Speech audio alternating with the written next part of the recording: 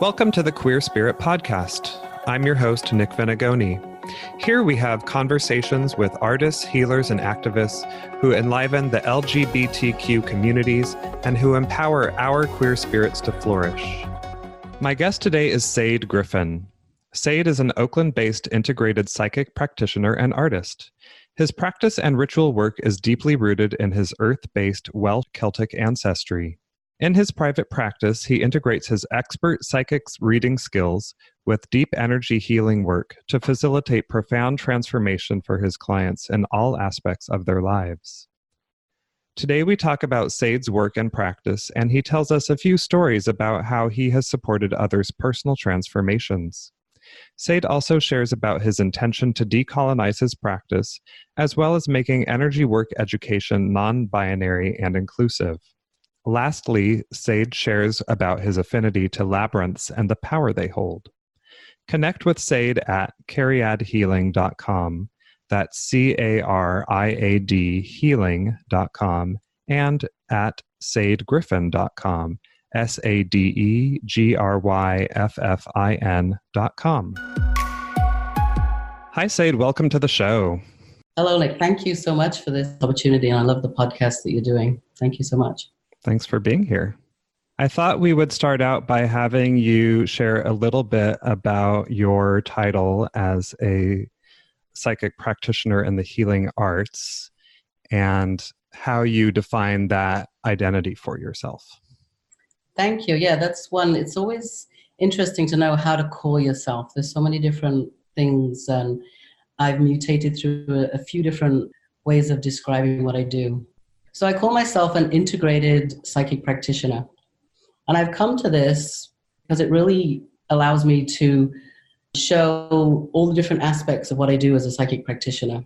And I find that the word psychic can be a difficult word often. I see people glaze over immediately, or they start to tremble, or they're like, are you reading me now? Are you reading me now? Would you read me now? Would you read me now? So it's, it kind of gets people in a weird space. Also, people know it and they're right on it as well. There's plenty of people who understand what that means. But of course, it means different things to different psychics. It means different things to different healing practitioners. So the way that I differentiate myself by calling myself an integrated psychic practitioner is that I'm an energy healer. I actually use all the clairs. So there's clairvoyance, clairaudience, clairsentience, claircognizance. So clairvoyance is the one that most people know about, which is the seeing, the internal sight.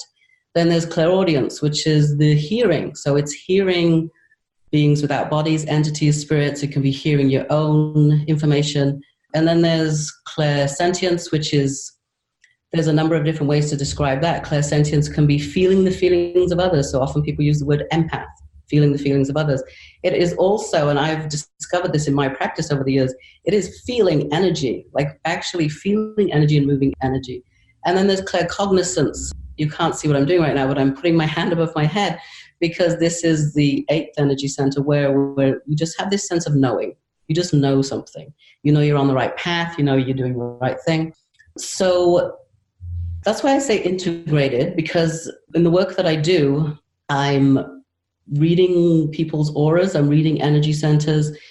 I'm also shifting and moving the actual energy itself with the willingness and participation of my clients. So that's what makes it a little different to perhaps somebody who wants to go to a psychic who will come with a list of questions and ask for answers to the list of the questions and use that psychic as an oracle. And when folks come to me who want that kind of work, I say, that's not how I work. This is how I work. I work as in a place of giving my clients agency. I want my clients to have agency over the information that I'm translating back to them. I don't want to be the person who gives them all the answers or makes decisions for them. This is about clients coming to me. I look, I hear, I see, and I know, and I give them that information. And what they're willing to shift and move on that day, they're willing to shift and move on that day. And as we move forward in sessions, things transform and move as people are willing to do it. And I don't mean necessarily on a conscious level.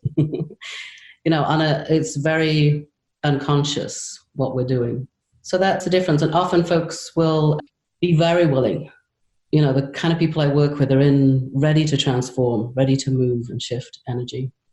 I'm glad you brought up the issue about giving your clients agency, because I see that also in just my own practice as a psychotherapist, that a lot of people come to me and sometimes they want me to just give them an answer or tell them what to do. And I think that Western allopathic medicine has really taken that agency away from people and made people more dependent upon practitioners or healthcare workers in any kind of way, because they think, oh, I just go and I do what they say. I take this pill. I don't, what they say is what goes, no matter what my own body, mind, spirit, intuition is telling me. So I really like that you're bringing that in. Yeah, I think it's really important. And that's one of the reasons why I teach the skills that I have learned through training and I've learned through my own integration of the healing arts practice that I've had for decades. Bringing that, I can teach people how to, and this is the main philosophy of the work that I do, how to have sovereignty of your own energetic space. And so by energetic space, what I'm talking about is the subtle body. And the subtle body is made up of energy centers. And I'm using the term energy center because I'm very particular about decolonizing my practice and not using Sanskrit. And this came to my attention a few years ago when I was using the term chakra. And I realized through going to many different events and around anti-racism and decolonizing different practices that, yes, I was using words and Vedic words, and my practice is not Vedic. So, but my practice, my indigenous practice of Celtic and Welsh culture uses energy center, and we all have a subtle body. So that's the terminology that I use. So that's what I'm looking for, is people to get to the place where you know your own energy and you can tell when somebody else's energy is coming into your space and you can move that out. And can you tell the story about how you came to do this work and how you came to discover your skills? Yeah, I think I was saying to you earlier. So yeah, it is a long story. I used to tell the story and I used to make it begin in 2012. And that is not true because there's decades of healing arts practice that I've had. But in 2012, I graduated from Psychic Horizons in San Francisco. I basically went in and took their first step and the second step and the third step and then stayed for 18 months to do the clairvoyant training and then another 6 months. So I was there for 3 years. And I went in just after I'd had this very big breakup of an 11-year relationship. And I kind of fell in to the place. And it was amazing because I was so cracked open and I was ready for all this information. So I went there and did this intensive training. And then towards the end, I went in knowing that I had psychic abilities. I went in knowing that I had read tarot for like 20, 25 years, knowing that I had the abilities, having it in my mind that I would perhaps move on and be a professional in that field. But at the time I was a professor teaching film. So it wasn't something that I necessarily thought I was going to do full time. And that's what I'm doing right now. I'm doing it as my primary source of income and my primary work. So before that, I had, if I look at my early 20s, I left my parents' house very young and created my own genderqueer family and taught myself tarot, did some shamanic Celtic work, went to sacred sites, stone circles. There are many of them in the UK. I lived up in the Outer Hebrides in Scotland. It's the northwest coast of Scotland with my little queer gendered family, and there's sacred stones up there. So very much had an earth-based practice, although I was an anarchist punk squatter at the same time. So you got that kind of mixture of, and then you've got disco coming in at the same time. So you've got disco, punk, and herbs. I studied herbalism, and I'm in my 50s. I studied herbalism by mail. I would like write my essay and send it off by mail. So I have a practice for decades of this, of working with healing. And then as an artist, so working in film and photography and performance, that is manifestation. That is taking thought and bringing it into the world. So it's very much shifting and moving and transforming energy.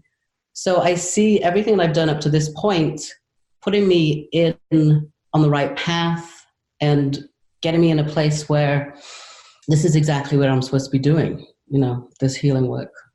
And regards to the work that you do now, what kind of people are you working with, and what are the kinds of issues that people come to see you for? I work with many different kinds of people. I do definitely have a base of queer, trans folks. I also have many folks that are not queer and trans as well, but that's the base that I work with.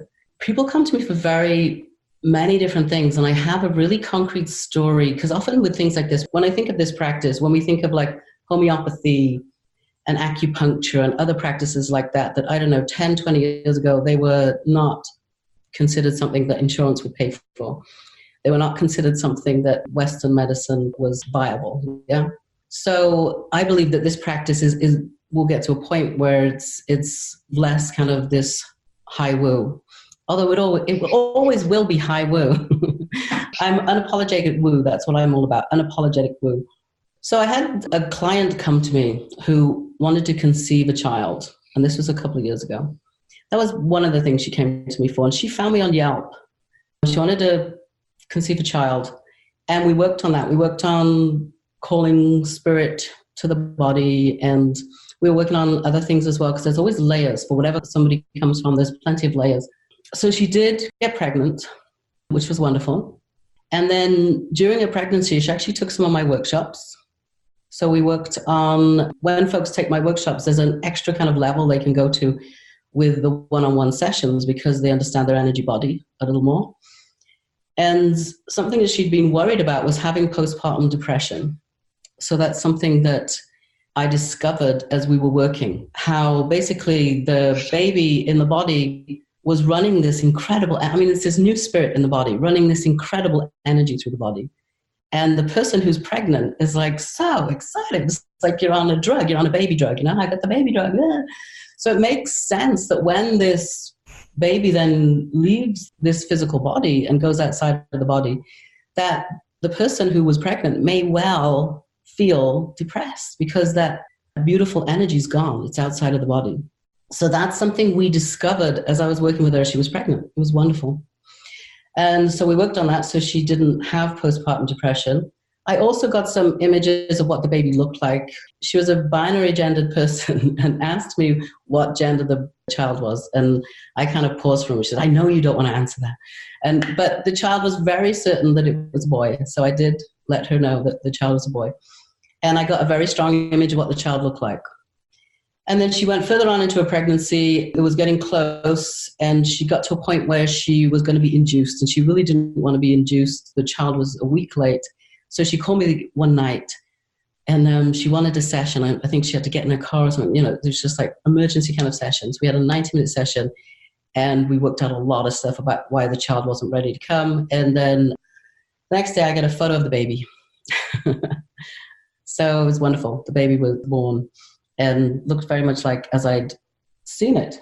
So that's some of the concrete things. There's plenty of things that people come to me for.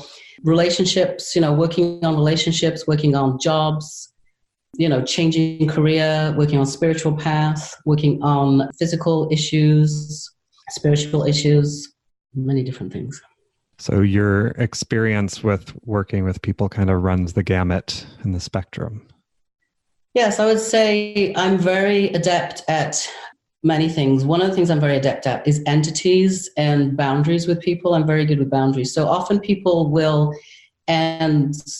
bring in guides and things like that. Often you talk about guides and spirits and things like that. And that can be a wonderful thing unless you're not aware of your own boundaries. So if you bring in entities and spirits and guides, I say it's like having an Airbnb that's got a vacancy sign on it. You're like, hey, come on in. And then you're like, oh my God, someone trashed the place. So what I work on with people is having boundaries. As well with kind of relatives. I had somebody once who was like every night talking to their grandmother in their bed. And I said, if your grandmother was alive, would you be in bed with your grandmother every night talking to her? And they were like, no, I wouldn't. So I said, let's work on some boundaries around this, because often spirits don't have the advantage of having a body. You have the advantage of having a body. So they can come in and then have their own agenda and take over what you're doing on a daily basis. So going back to the whole philosophy of this is having sovereignty of your own space so you can have your own knowledge, your own energy space and your own knowledge. So you can talk to spirits, you can talk to entities, but always have this sense of knowing who you are. Mm-hmm. Yeah, I find that when clients of mine who come in who have issues related to that, there is usually a correlation with their boundaries and relationships to people in physical bodies. And it doesn't mean that they do the same thing. Sometimes it could be they have the opposite relationship with people in physical bodies that they do with spirits or something like that. But it usually is a lot of information about other aspects of their lives and who they are as well. I wanted to add something to the people that come to see me as well. Okay.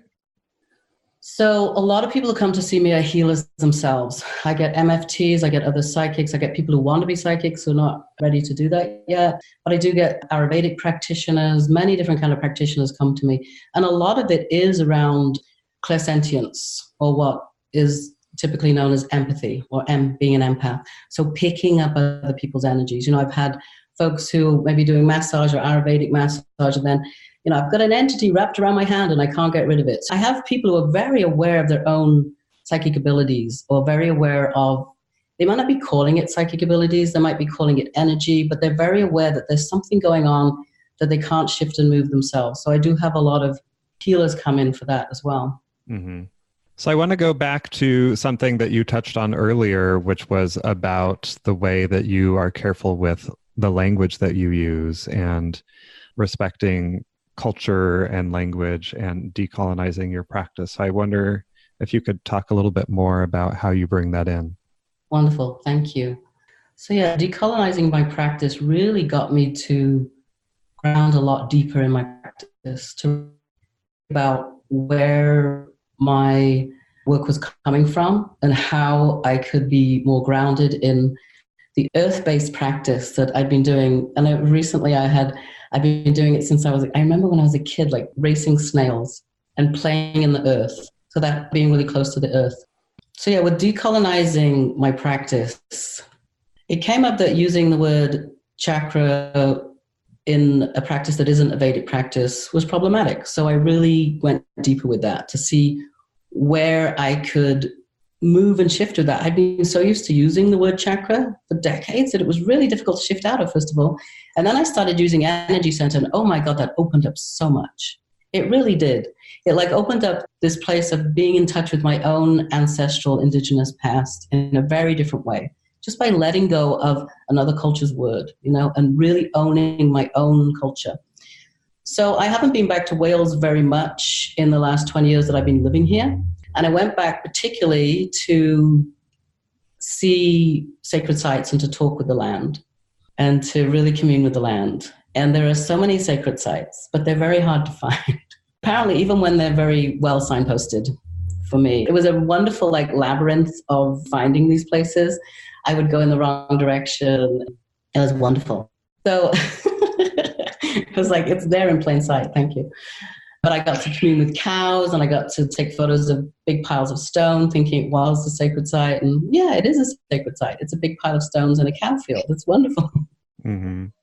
I'll quickly share with you that I totally understand what you mean. I was in England in the beginning of May, and I wanted to go see a couple stone circles, and there were some near where we were going to be. And so my husband and I had rented a car. And of course, we're not used to driving a car on the opposite side of the road and on a different side of the car. And so even with directions and where we were going and all that stuff, I was just I see it on the map, it's right there, but it's just well, where's the turnoff? Or this road is so narrow and now there's something coming towards us and we have to go backwards and all sorts of stuff. So I know what you mean. I know, and the GPS would say, you're right here. We go, no, we're not. So yeah, I had this amazing moment it was West Wales, and the place was called Gorsfawr. And it was this field with a stone circle in it. And there's not many complete stone circles left in Wales. They've been destroyed by people, by Christians on purpose, by the Christian faith. They've also just been used by farmers to build a shed and things like that. Which, I laugh about that. And when I think about it, when we think about white supremacy and the way that European-centered culture co-colonizes other people's religions and ways of being, it's the UK, Britain, doesn't care about its own, but actually destroys it as well, purposely destroys our own indigenous culture. The colonized, Wales was colonized by the Anglo-Saxons. The Welsh people took up most of Britain and then were pushed onto the west side by the Normans and the Anglo-Saxons. We have our own language. Rydych chi'n siarad Cymraeg. I learned Welsh in school, and it's a language that's being revived. So going back to the stone circles, we find the stone circles called Gors Fawr, and in the background are the hills, the Brecili Hills, where Stonehenge was found. The stones for Stonehenge were found and taken hundreds and hundreds of miles to where Stonehenge is now. So we've got this gorgeous stone circle. We've got the mountains in the background, and I'm in the middle of this stone circle doing a ritual, and it's wonderful. And then the field starts, and then all these horses start coming into the field. Like wild horses are coming into the field, and it's wonderful. But first of all, I'm like, am I going to get trampled? I look around, I'm like, no, it's okay.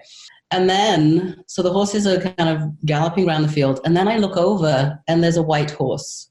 Now, in Welsh folklore, in the Mabinogion, which are basically the Welsh Vedic scripts, they're folklore, but they're also our sacred scripts. So there's layers and layers of sacred information here that when you're ready to hear it, you'll hear it. If you just read it, you'll think it's story and folklore, but very complicated story and folklore. And in the Mabinogion, when you see a white animal, it means that you're witnessing Arafon. And Arafon is the other world. The world in Wales, the other world, it's not an underworld, it's not above, it's not below, it's the same. It's a different dimension. So it's what I do for my practice. I walk in different dimensions. And the other world, or Arafon, that place. So when you see a white animal, you're communing with Anawan. This horse was probably about 200, 300 yards from me. It just looked up, looked straight at me, and walked straight towards me. And I was really taken aback and just overwhelmed by this. And it came right up to me, stood right next to me, and then wandered off again. It was absolutely beautiful. So that to me was part of what I was doing, was like really listening to the land, listening to the animals on the land, and I got some really incredible information there. And I think it was a gift to look into my practice in that way, to decolonize it. It was such a gift. That's beautiful. Thank you for sharing that. And on a similar note from this, you also, particularly in your teaching and training, you work hard to make it non-binary in the languaging as well. Can you say more about your decision for that? Oh yeah, thank you. So a lot of the psychic schools, the one I went to was very binary, and a lot of when I've done research on psychic schools, especially schools that are teaching this practice around the energetic field, and so they all use binary teaching. They'll use male energy, female energy. They'll decide that because of your genitalia that you have male energy or female energy. And there's only once in that school where we were separated into two rooms, and I, talked to a lot of people about that, talked to a lot of people about why there was this separation by physical body. And at the time, I hadn't transitioned in the way I have now, so it was also very painful for me, tried to be put in a section, that I didn't want to be in. And it was also, there was a lot of work around kind of bolstering that it was true, that, that there is a female energy and there is a male energy, and whatever body you're in, that's what you have. So I don't live my life like that. I've never lived my life like that. I've always been queer gendered. I've always been non-binary. So, and when I read people as they are. I don't read people as a female energy or a male energy. Now there's masculinity, there's femininity, there's all those myriad kind of gender identities that we have and that we can play with.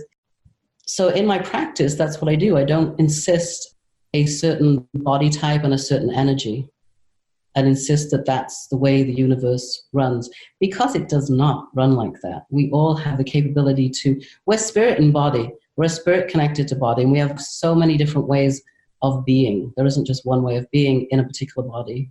And of course, then there's intersex people, and there's many non-binary people and genderqueer people, and there's gay men and lesbians, and there's so many different ways of being male and female. So, and I haven't found a psychic school that doesn't do the binary. Like even ones that I'm thinking, oh right, they don't do it, and I go a few pages in, and I'm like, damn it, they've done it. So that's a unique way that I'm teaching in a very deep non-binary practice. Again, I'm really glad that you're bringing that up and bringing that into your work. I've found similar things in pagan and witchcraft traditions where they focus very much on a binary. But luckily, there are other traditions where they don't hold to that so strictly, or they're more, they have gods or goddesses or spirits who are multi-gendered or non-gendered. So I think there are ways that those can be exclusionary especially for queer people, which is why I think queer people have been more drawn to the traditions that don't have such strong binary or don't have them at all. Thank you. I wanted to touch on that with like Celtic appropriation. I have this wonderful teacher right now called William Bard, who lives in Northwest Wales, around where a lot of the Mabinogion, the Welsh folktales I'm telling you about, were written. Well, it was an oral tradition that was written down in the 1200s when finally England conquered Wales. And I think the bards were like, we should write this down now because, they finally got to that place where they conquered the Welsh. So like Celtic appropriation, so this often, I find that very difficult to deal with, especially often when I say I'm Welsh or I say I'm Celtic, and I feel like it gets turned into like a cosplay kind of thing, where there's a certain, you have to have this certain role and you have to have that certain role and this is how it's done. And it's not, it's an earth-based tradition. My tradition is not Celtic. I would call it mysticism. Didn't really have a name in that way, but it's Welsh mysticism. So it's not pagan, it is Celtic. And the Celts were in Scotland, Ireland, in Brittany. There's many different areas that the Celtic folks came from. There's P Celtics and Q Celtics. But that's probably a whole other podcast if we go into all the Celtics. But just that kind of awareness, I feel like, as somebody who's an immigrant to America, I came here by myself. I don't have any family here. And I came here as a first-generation immigrant. And often when somebody says, I'm Welsh, they don't actually understand what it's like to be on the land and to understand what it's like to be Welsh. And I don't mean that in a detrimental way, like you shouldn't say you're Welsh, because I understand this looking for ancestry, and that's really important. But also kind of being respectful for folks, being respectful for people have said I'm Welsh, and they don't know what my flag looks like. They don't know my language. They don't know anything about my culture. They just know that part of them was Welsh. So I would say that to folks, just have some respect of your own ancestry and do some more digging. I'm really talking to white folks, really, especially to, move away from colonizing other people's religions and move into our own, as somebody who's a white person, moving into our own ancestry in a respectful way. And really, not as a kind of cosplay pop culture, but actually deeply talking to the land, maybe going back to your land. It's helpful if you know where you're from. Yeah, it's interesting that you bring that up. It makes me think about the popularity of these DNA tests and people researching their ancestry that's come up so much recently. I mean, on one hand, I get that it's just a way for these companies to make money, but there's also a genuine interest, I think, by a lot of people to really know who they are and where they come from. And I think in some ways it can be really helpful around these conversations around decolonization and anti-racism to help people know, oh, this is where my ancestors have come from. I think it's really important. And it's, especially like there's a lot of African-American folks who have no idea where they come from because of slavery in this country. So it's incredible to have I know a friend who did Ancestry.com and just really got a sense, who's African-American, who got a really good sense of some of their background that they were surprised about, So, yeah, I think that's, this kind of, when people go and want to colonize other places or want to appropriate other cultures, it is this feeling of lack and void, I've been to some places where it's like mix and match, a bit of Buddhism, bit of this, bit of this, bit of this. And so to me, it always comes back to the land. We're in this physical body, this clay that we're in, the land, and just connecting with the land. So I wanted to ask you a little bit more about some of your teaching. You've sort of alluded to them, but can you share with us a little bit more about some of the things that you teach in group settings? Thank you. So yes, the workshops, I love clients. I love seeing my clients, and workshops are just a really exciting way to get deeper with clients as well. And you don't have to be a client to come to my workshop. They're a wonderful way for folks to get sovereignty in their space. So get to a point where you really can make clear decisions, where you can stop taking on other people's emotions, have really clear boundaries.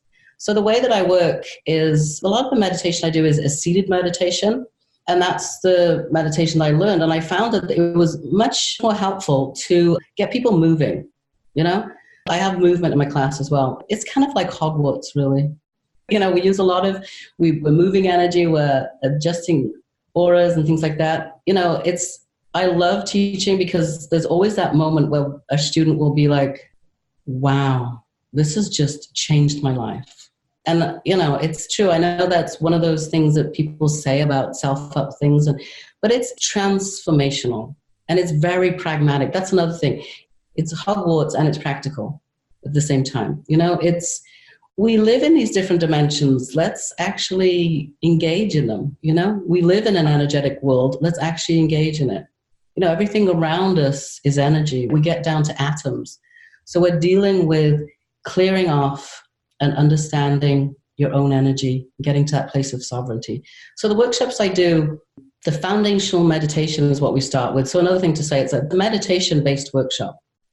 It's very going into the aura, into your energetic field. The first thing we do is center in the center of the head. Now, different practices center in different places. I know that somatic practices center in the second. We center in the center of the head. This is the pineal gland. This is the inner sight. The pineal gland has a lens on it that looks upwards, which I think is mind-blowing. So it's this way of coming to this interior sight. So that's how we center. And then a lot of the practice I teach people guided intuitive energy healing. So I teach you how to clear out your own energy centers and your energy channels and your aura and the outside of your aura and all the other energy centers.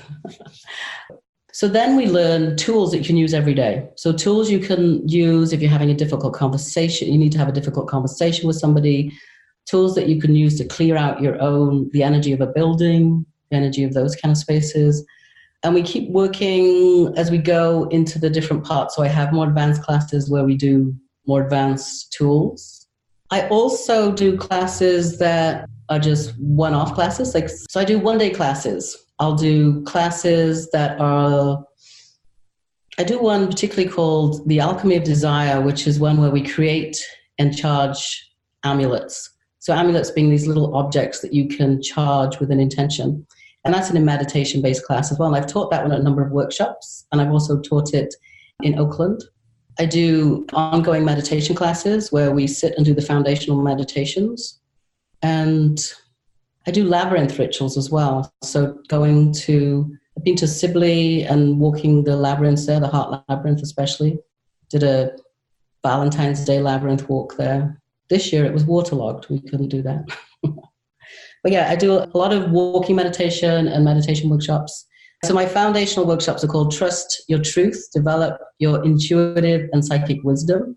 So it's basically mastering the energetic body. That's what they're about. And there are a lot of, you'll be in community. I teach them online and I teach them in person. And I love the kind of camaraderie between folks as they're learning these fabulous tools. And every week people go off and use the tools, and then we kind of check in. How did that go? And I love the stories of, you know, how it created a much better space on BART, or they felt safe walking in a certain place, or they were able to deal with the family, going home to the family for Thanksgiving, or things like that. So you've really got a lot of different offerings. So I look forward to hearing more about those in the future. So Sâde, can you share with us a person, practice, or experience that has supported your queer spirit to flourish? Yeah. So I want to pick labyrinths. It's interesting. I was into labyrinths for a long time without any consciousness of being into labyrinths until people pointed it out to me. They're like, why are you into labyrinths so much? I was like, I don't know. Why aren't you? You know, it's just like everyone's into labyrinths. You know what I mean? And I would go, Sibley has some amazing labyrinths. So I'd go and walk the labyrinths there a lot. And then I took somebody to walk the labyrinth with me. And she was asking lots of questions. And when people ask questions, I'm like, I always dig deeper to see so what is it? What is my interest in labyrinths? What do I love so much about labyrinths? Why do I walk them so much? And I realized that it was the closest thing for me to the sacred sites that I used to commune with in Wales and in the UK, because they're made of stone. They have a lot of energy. People build up a lot of energy there. I did find out that one of the labyrinths that I walked a lot in Sibley was built by a psychic. So that was a really good find to know that. So having that connection was really important to me then, to kind of move it further and to be like, this is an important thing for me, labyrinths.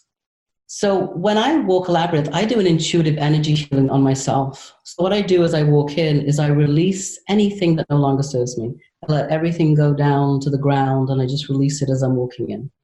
And I like big labyrinths because it takes a while to release stuff, so you get in. Then you get to the center and I will create an intention, stay there for a moment.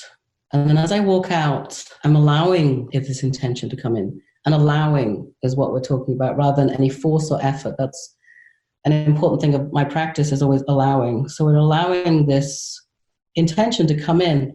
And usually what happens when I'm walking the labyrinth is that I will get very clear information about my path forward. And a lot of my information is a clairsentient, where I feel things, or clairvoyant, where I see things. So that usually happens as I'm coming out. So it's a wonderful practice for me. And then recently, I decided to give myself a challenge, a 30-day challenge of going to a labyrinth every day in Oakland or in the East Bay. So I discovered something called Labyrinth Locator, so I could do that. And then every day I went to a labyrinth. And some days I ran down to Lake Merritt, where there's a tiny labyrinth, and I'm very close to it, and walked that one. And I put it on Instagram. So there's like every day a labyrinth. Sometimes it was the same labyrinth, but mostly I was looking and finding different labyrinths. And then about a month ago, somebody contacted me that I'd met a few times before and said, we want to build a labyrinth in our backyard. And they live in Mount Shasta. And would I help them with that? And so I did. And I went up there and built my first labyrinth, which is 43 foot. It's a very huge labyrinth at the foot of Mount Shasta. And it is incredible. It's a very powerful labyrinth. So I'm just seeing labyrinths as this place of an epicenter of energy. And the more you walk it, the more that becomes a sacred site. And what my vision is to really create sacred sites with people, whether that be labyrinths or whether it be spirals. Another thing about labyrinths is that the spiral and the concentric circle are from Welsh mysticism, the concentric circles and the spiral. The Welsh use a spiral to go through the energy centers rather than the Vedic practice of going from the top to the bottom, or there's other indigenous practices, top to the bottom, there's a spiral. So yes, labyrinths. I would go with labyrinths. Labyrinths is your final answer. It is. Labyrinths for 100 points, please. So Sâde, in wrapping up, can you let people know how they can find you and learn more about your work and your classes? Great. Yes. Thank you. So if you want to know more about me, my website is www.cariadhealing.com. So Cariad is Welsh for love, and it's spelled C-A-R-I-A-D, healing, HEALING.com. And I'm also on Instagram at Sâde, S-A-D-E, _Gryffin, Gryffin. And I'm on Facebook, Sâde Gryffin, on Facebook as well. All right. Well, I will have all those links in the show notes so people can also find them there. Thank you. Thank you for being here and sharing about your work. Thank you. That was really wonderful. It's really great to talk to you. I really appreciate what you're doing. Registration is closing soon for my new online course, Reclaim the Power of You. Tuesday, October 1st is your last chance to grab a spot. Reclaim the Power of You is a course to help you transform your relationship to yourself and others. Together in queer community, you will learn and experience practices of guided meditation and inner journeying to ignite transformation and personal healing. These potent practices of empowerment are quick and effective ways for you to gain clarity and insight, initiating deep healing, mentally, emotionally, and spiritually. I've taught this class many times before in person, but this is the first time I'm offering it online. The course begins on Saturday, October 5th, and is limited to just 10 students. For details and registration, head over to queerhealingjourneys.com/reclaim. That's queerhealingjourneys.com/reclaim. Registration is closing on Tuesday, October 1st, so grab your spot now. I look forward to guiding you on your journey to reclaim the power of you. To find the resources we discussed today, find the show notes at thequeerspirit.com. And if you enjoyed the show, remember to subscribe, rate, and review on iTunes. This will help us reach and support more queer people all over. Thanks for listening, and see you next time.